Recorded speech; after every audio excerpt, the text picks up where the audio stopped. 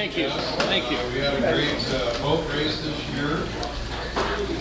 And Jim Mossman spearheaded that. She separated out his 2 hulls that he had on his boat from the year prior. And practiced with one of the boats, and so it got a little bit waterlogged. It never made it to finals, but the other hull did. And we also had a Class 2 boat again, renamed the Red Baron this year. And it had mechanical difficulties, but it did actually come in second in Class 2. Now, Jim's daughter, Holly Libitor, is a Lion. And she captained the boats, and I give her and her husband and son and the other sister, who all went in the Red Baron, persevered under difficult circumstances to paddle the Red Baron on in to finish that race. So it was a great race, and we did have the Pioneer Lions signs on the I'll boats. turn it over to Phil Olson. Thank you, President Ron, and now Phil Olson is actually ready to accept this duty. So I'm very pleased to introduce today Greg Bowles, who is the President and CEO of Haven Energy, who is, Haven is in the permitting process for a butane and propane, is that right, facility at the Port of Longview. And Greg is here to tell us about it. A little bit about Greg. George Rader being here is kind of fitting because Greg is an engineer and George does the quality introductions of engineers, him being one. I had a little bit of a hard time getting Greg to talk about himself. Every time I asked him a question about Greg, he talked about Haven Energy. So that fits. Anyway, he enjoys travel. He's the president and CEO of Haven, lives in Houston, also the president and CEO of Haven's parent company. So please help me give a warm Lions welcome to Greg Bowles. I'll introduce Bruce. And this is Bruce over here. Thank you, Phil. Hi, Bruce. Appreciate you allowing us to come today and talk to you a little bit about a project that we're very excited about at Haven Energy. To give you a little bit more background, I've been in the energy business about 25 years. My first job out of engineering school was with Chevron, and my initial assignment with them was actually as the facility engineer for a propane and butane export facility on the Houston Ship Channel. So this project is, for me, has a lot of personal significance because it's kind of coming back home for me to develop a project, develop a facility where I started my career, and I've had a great career so far, and to be bringing some of these same opportunities to Longview is very exciting to me. So here's the management team of Sage Midstream. Again, a very experienced team. Most of these guys I've worked with for many years over the course of a couple of different companies. What we do, let me explain midstream a little bit. We are not producers of oil and gas. We don't drill the wells.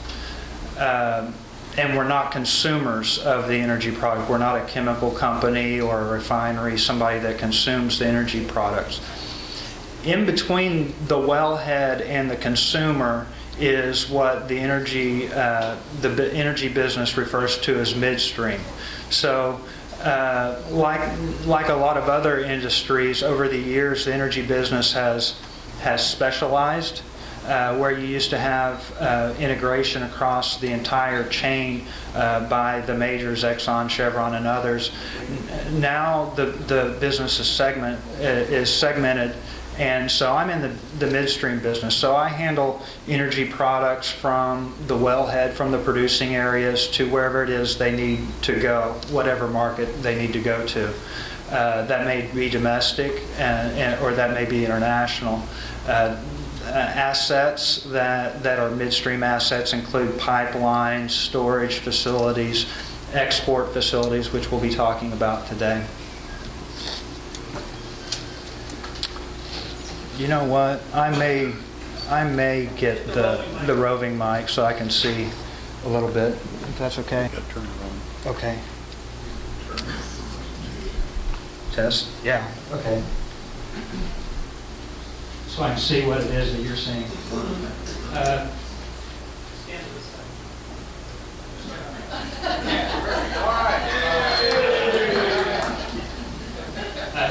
So what we're proposing to do is actually lease property at the Port of Longview and build an export facility, a propane and butane export facility. And we'll talk about propane and butane a little more here shortly, but many people are familiar with propane and butane in your daily lives. 275 really is going to be $300 million plus. It's looking like investment in a facility here at the Port of Longview. The facility itself, and we'll go over in detail the facility, but the facility itself includes rail unloading facilities, storage tanks, and a ship loading area. So no complex processing of product at this facility. Is simply transloading off of and into ships. At full capacity, the facility would have a throughput of 47,000 barrels per day and approximately 900,000 barrels of storage. Let me put that into perspective for you. Propane and butane are kind of a... What did you say over here?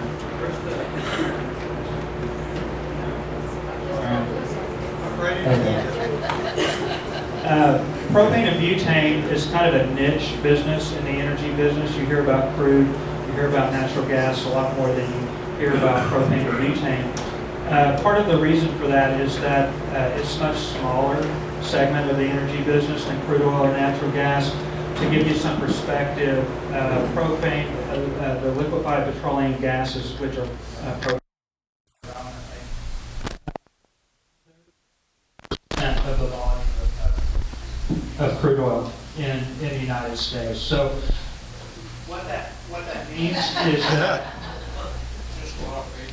This is a traveling light too, isn't it? Our This facilities one tend could to travel. be much smaller in size.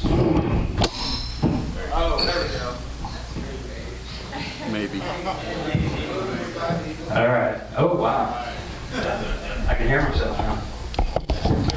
So I was saying that propane and butane is about 10% of the volume of crude oil in production. So our facilities tend to be smaller and have much smaller footprints and smaller impacts than other types of energy projects. And so let me give you a little bit of perspective because, as you know, there are several energy projects proposed for the state and in the local area.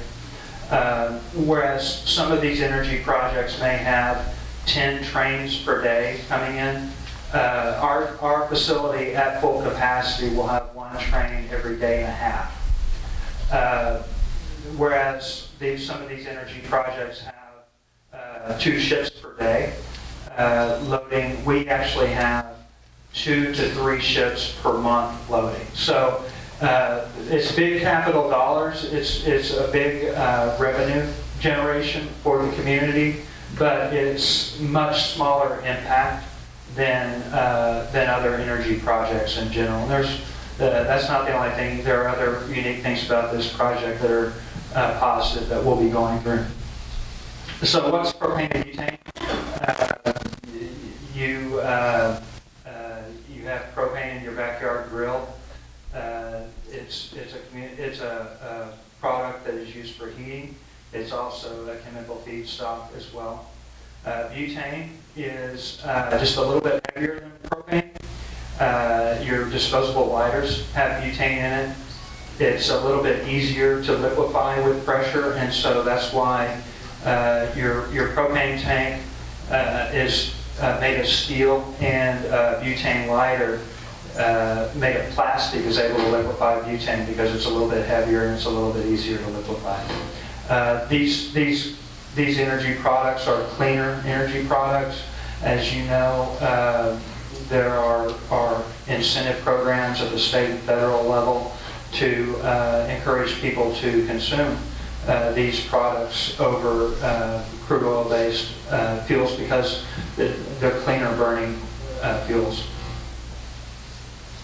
Again, heating and chemical uses, campers, farmers use it for crop drying, and as you know, it fuels many fleet vehicles throughout the United States. Internationally, propane and butane is used a lot more for heating than it is here in the U.S. Because we have so much natural gas production in the United States, we have natural gas distribution systems throughout the country, and so that's really more than any other fuel what we use for heating. But in other countries that don't have distribution systems, that don't have production, they rely upon propane and butane for heating a lot more than we do.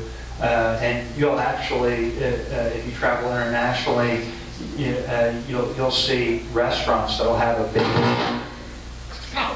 propane bottle that actually provides the heating fuel for the restaurant and homes, etc. So what we'll be building is a storage facility, a rail facility, and then a storage facility. The storage that we'll have will be refrigerated storage. So the propane that's in the tank in your backyard is liquid. You can shake that. You can feel the liquid in the tank. It's liquid because it's under enough pressure to liquefy the propane. As you know, if you let it out, it becomes a gas whenever it's in your grill.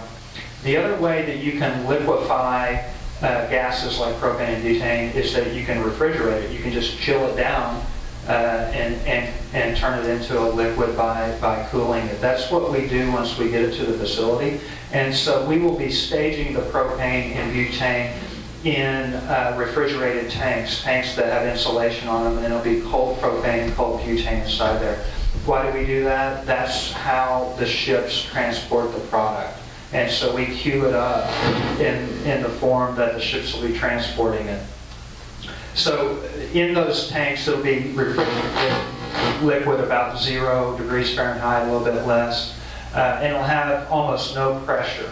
So we're keeping it liquid through cooling rather than pressure. So the tanks themselves will have only virtually 0 pressure on them. So this facility, this type of facility I'm describing, is this uncommon? Is this new? And the answer is these types of facilities exist throughout the country, including here in Washington State. In Ferndale, there is one of these facilities that's been operating safely for decades. No one knows about it. You haven't heard about it before, most likely. That's because it just operates, and it operates very safely. These types of facilities have a very safe track record and are very known technology. Again, I started my career at one of these facilities as an engineer for one of these facilities. It was built in the 1950s. I worked there in the 1990s, early 1990s, and it's still operating safely today. So let's talk about a little bit more about the project itself and some of the economic benefits to the community of Longview.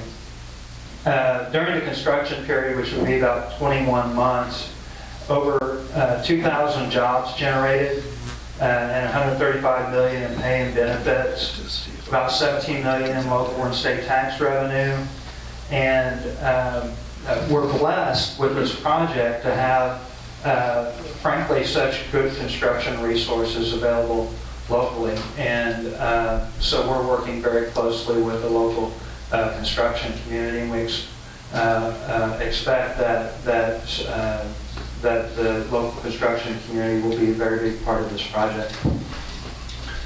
Operations ongoing once it's built. over $19 million a year, including rail and marine services spent annually, between 110 and 125 permanent direct and indirect jobs in Cowlitz County. Let me break that down a little bit. The facility itself will have 25, 35 full-time employees, and then we'll have about another 20 or so full-time employees that don't work for the company itself, but actually work for contractors. A lot of that is the rail coming in and out. A lot of it is on the marine side as well. And then the rest of those will be actually jobs that are in the community, in the businesses that support our business, maintenance of equipment and vehicles and that sort of thing. The pay and benefits associated with these jobs are very much family wage jobs. We had Eco Northwest, which is a very reputable economic analysis firm out of Portland, actually evaluate the project, and they're telling us that what we'll be paying for our employees is actually about double the Cowlitz County average. So these are jobs that you can that a family can actually thrive on, and those are the types of jobs that we'll be bringing. $80 million in local and state tax revenue over the first 20 years, and of course this will be a new and diversified revenue stream for the Port of Longview. As you know, the port currently doesn't have any business like this. Safety. Everyone says that safety is a priority for them. We've taken steps to demonstrate that, and we'll spend $60 million in safety-related features on the project. But I want to point out one specific aspect, and it's those refrigerated tanks that I was talking about earlier. In the United States, the propane and butane refrigerated tanks have an incredibly safe record. There's no record of any of these tanks losing their product. The design for these tanks are one of two designs. They're either single wall tanks, which are what you would think a single wall tank would be. It's a single steel wall with some insulation on the outside, or they're double wall. Double wall has that second wall immediately outside the first wall.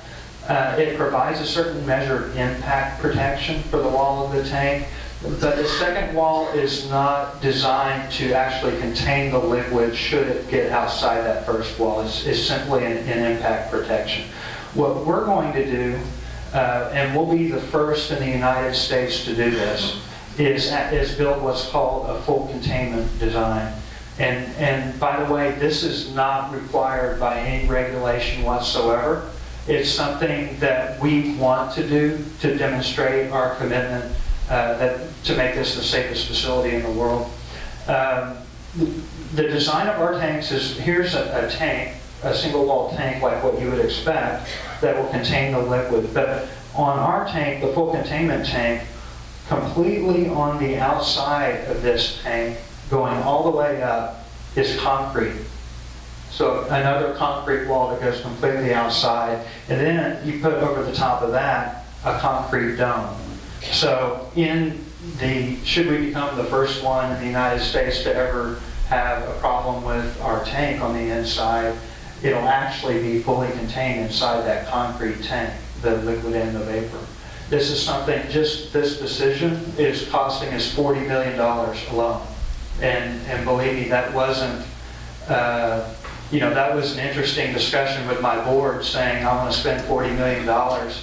That is not required by regulation to be the first in the U.S. to do this. But it's something that we felt was the right thing to do, to demonstrate to the community how serious we are to make sure that this is the safest facility in the world.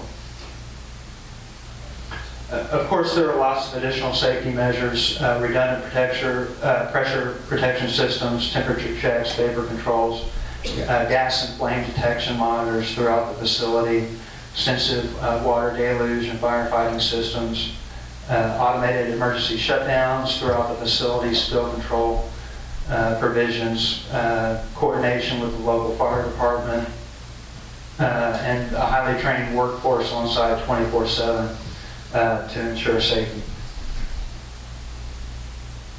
So let's talk about rail, because as you know, rail has been legitimately a source of conversation and rail safety with some of the incidents that have occurred with crude oil cars over the last couple of years. So I want to address that subject head on with you. The cars that we'll be using are pressurized cars. They're very different than crude oil cars. What you see on top here is the latest standard, the best standard for crude oil cars, and it's the DOT 111. This standard actually was put into effect in 2011 for crude oil cars. It was not required that the existing crude oil car fleet be retrofitted. So the bulk of the crude oil cars that you see out there will actually not have this high of a standard. But I wanted to compare our cars to the best of the best for crude oil, so you can see the differences. Down below is the DOT 112 car that we use for pressurized transportation. Some of the differences in the design, you'll see on the crude oil car here a head protection plate that goes up about halfway up the head. That's for impact protection. Our cars actually have full head protection, a full plate, and it's actually integrated into the structure of the car. You're looking at the actual wall of the tank here on the crude oil car. What you're looking at on the pressurized car, our car below, is not the wall of the tank, but actually just an aluminum skin. What we have on our cars is actually a fire protection blanket that completely wraps the car, and then you're seeing a covering over that. Our cars are not allowed to have bottom outlet valves. All of our valves have to be on top. You can have bottom outlet valves on crude oil cars, which can provide a certain level of risk. Our valves actually, our outlets are on top, and then we put an armored dome on top of those outlet valves on top of that. These pressurized cars, this standard that I'm describing has been in effect since the mid-1980s. This is the fleet that we're talking about.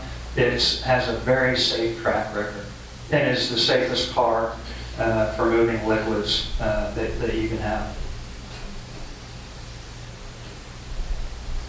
From a marine safety perspective, as you know, there are extensive marine safeguards primarily overseen by the U.S. Coast Guard. We're working with them.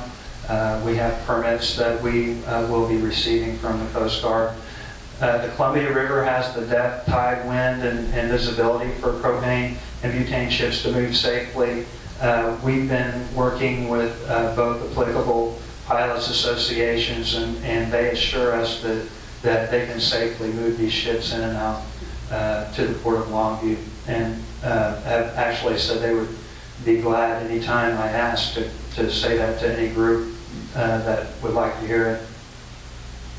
Again, this is a much lower impact project than other energy projects. At full capacity, we'll have 2 or 3 ships per month. Another thing on the rail side that distinguishes us from some others, we'll be using the port's existing rail corridor off of I-5, and we'll be going into the port. We will not have to cross Oregon Way. We'll go right in through from that industrial corridor into the port where we stay. We don't cross any public thoroughfare from I-5 into the port itself. So that's another issue that we're happy that we don't have to deal with. Part of the exciting thing about this project is that we actually have a very good environmental message. And actually, the environmental community is starting to recognize this as we meet with them. This is a satellite image of the United States. And here's Minneapolis. And up there where it says Bakken oil fields, that's North Dakota. And if you've ever been to North Dakota, you know that there's no reason for North Dakota to look like Chicago from space. Those are flares that are burning. That's actually gas. That's actually gas that is burning at the wellhead. In the Bakken, about 1/3 of the natural gas that is produced with the crude oil, which crude oil is driving the economics of the Bakken, about 1/3 of the natural gas is actually flared and is a pipe with a flame on top.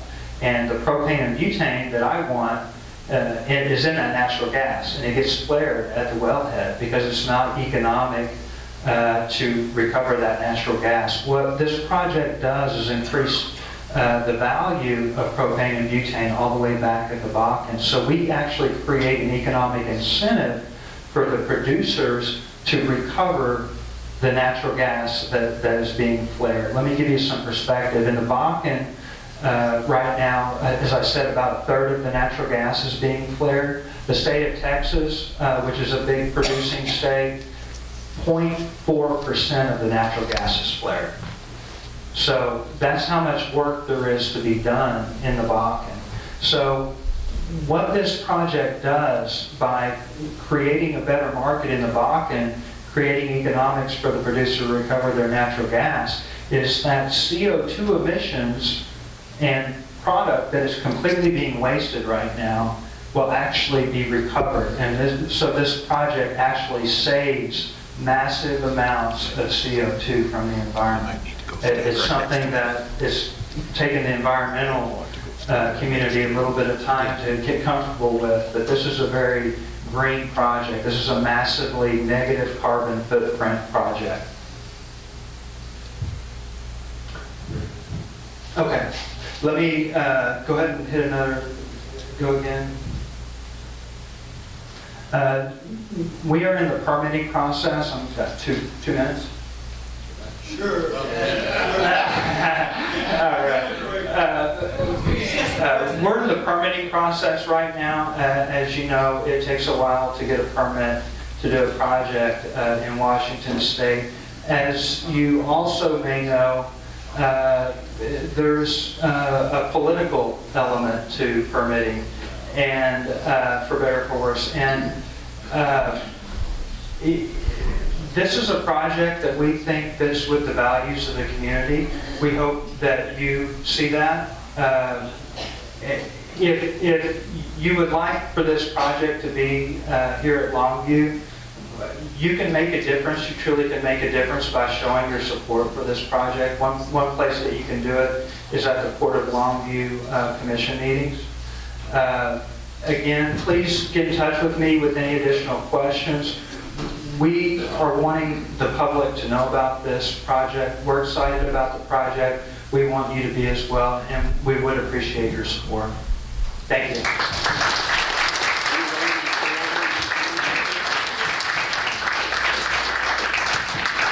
Yeah, the Longview Pioneer Land opening with this here mug. Application, I did join us up here. Fantastic.